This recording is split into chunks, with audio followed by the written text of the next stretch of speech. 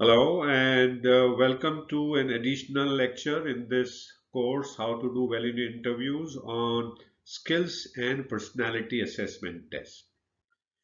So in this section, we will help you learn more ways and strategies of doing well in an interview. And in this particular lecture, we'll talk about few commonly used skills and personality assessment tests to prepare for you to know what to prepare for doing well in the interview, right? So let's take a look at that.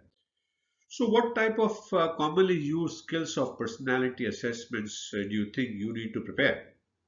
See, the answer lies in knowing what are the various types of personality assessment tests or commonly used skills are, and then making sure that you understand what your recruiter is using.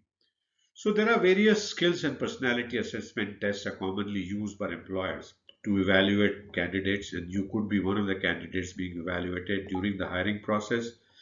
Now, these specific tests will depend on the industry and nature of the job and the company as well. Now, some company will use tests, some companies may not use tests. So it'd be good to figure out in some way what are the kind of tests that are like you are likely to go through in your hiring process and accordingly prepare. Let's take a look at some of the commonly used tests and personality assessments, right? Okay. So the one that is very commonly used is cognitive ability test, which basically assesses your general intelligence, problem solving skills, and ability to learn. And these are very common uh, skills or things that are required in a hiring process, and hence this could be one of very common things that you may like to learn. Now, let's look at some examples of where you can learn this. So Wonderlic is one such tool on internet. There's a cognitive ability test which basically reveals if you as a candidate can actually do the job. So it's used very powerful tool for the hiring people, hiring managers. The second one is the CCAT criteria cognitive aptitude test, which measures thinking, problem solving skills, learning ability, and ability to digest and apply the new information. And this is typically recommended to high level jobs that require problem solving and attention to detail. So, this is another test that can help you learn about cognitive ability. Another important, very commonly used would be the test would be a personality assessment. Now, these personality assessment tools evaluate the candidate's personality traits. What are the traits? Are you sincere? Are you honest? Are you extrovert, introvert? Those, or are you like a silent type or a talkative type? So different traits, and also the behavioral tendency. Given a particular input, how are you likely to behave? And a culture fit. What kind of culture would you fit best? So these are the personality assessment tests that help you evaluate do that. Let's look at some examples here. Myers-Briggs MBTI is one commonly used personality assessment test in which what you see is on four dimension: extroversion, introversion, sensing versus intuition, thinking, feeling, and judging, perceiving.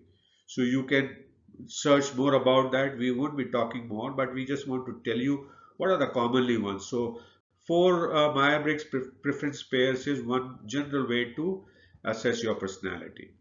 Another personality assessment tools commonly used for personality traits is DISC assessment. And with you assess on four groups of dimension: the dominance, how direct are you, how result oriented, firm, strong-willed, forceful, how influential you are in terms of outgoing, enthusiastic, optimistic, high spirit, lively, steadiness, even tempered, accommodating, patient, humble, tactful, and conscientiousness. Are you analytical, reserved, precise, private, or systematic? So you get assessed and you get a feedback on your personality traits here.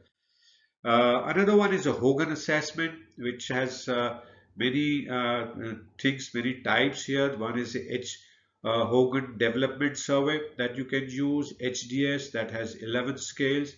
Then there is a Hogan Personality Inventory where there are 7 tests.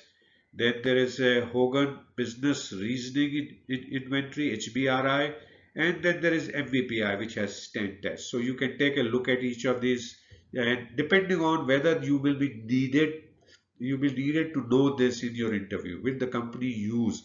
So the idea is to make you aware of the various kinds of tests that hirers might make you go through, so you can first understand what tests would they give you in and accordingly prepare.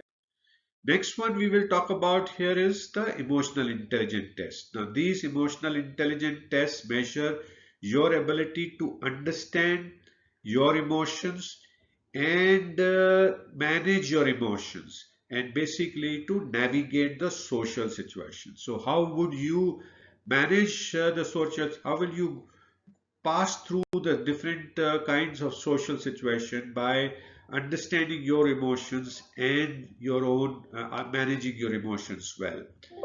Now now the example of emotional intelligence test that you have is what is called an emotional intelligence appraisal, in which you are assessed on four dimensions by many sets of tools in terms of self-awareness, self-management, social awareness, and relationship management. So that's the core of emotional intelligence test. Now this is a longish test, and you get feedback from yourself, you get feedback from your peers, you can get feedback from your superiors. So you get a 360 view of your emotional intelligence by using such a tool. Another one is the MSCEIT, and this is a PWM model in which emotional intelligence is assessed on the perceiving emotions, body language, verbal expressions, etc. Using emotions to promote clear thinking, understanding an emotion and interpreting them accurately, and managing the emotions to react appropriately. So it's all about understanding your own emotions and managing them to navigate the social situation. So thank you so much for watching this additional lecture on how to do well in an interview on skills and personality assessment test. We talked about three areas, three types of personality test. I hope that again has made you learn something new. You found something new, you learned and enjoyed. I do look forward to see you again wherever I see you in this course or anywhere else. If you have any questions about this lecture, please feel free to message me. I'll be happy to answer your questions, and also download this PDF file to take a look at anything that you need to look more closely.